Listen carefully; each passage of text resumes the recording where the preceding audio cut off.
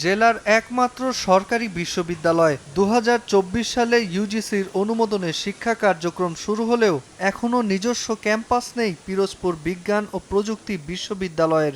আবাসিক পরিবারের ভাড়া বাড়িতে চলছে পাঠদান।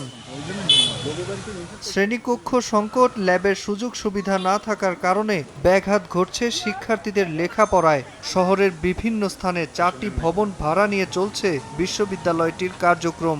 স্থায়ী ক্যাম্পাস নির্মাণে দৃশ্যমান কোনো অগ্রগতি না থাকায় হতাশ ও ভোগান্তিতে শিক্ষার্থীরা।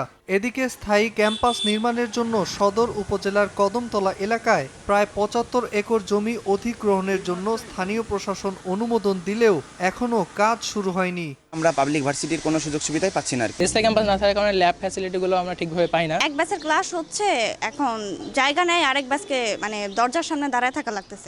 বাংলাদেশে এই প্রথম বার্জার 1 কোটি মালসেন, 1 কোটে পারফেকশন। শিগগিরই স্থায়ী ক্যাম্পাস নির্মাণে পদক্ষেপ নেওয়া হবে বলে জানিয়েছেন বিশ্ববিদ্যালয় উপাচার্য। পুরো প্রশাসন আমাকে সর্বাত্মক সহযোগিতা করছে। নিজস্ব একাডেমিক ভবন প্লাস আমাদের শিক্ষার্থীদের ছাত্রাবাস, সেটা আমাদের সমাধান হবে। বিশ্ববিদ্যালয়টিতে ৩০০ জন শিক্ষার্থী রয়েছেন আর শিক্ষক আছেন ১৯ জন। কর্মকর্তা, কর্মচারী ও অফিস সহকারী আছেন ৪৯ জন। সময় সংবাদ, পিরোজপুর।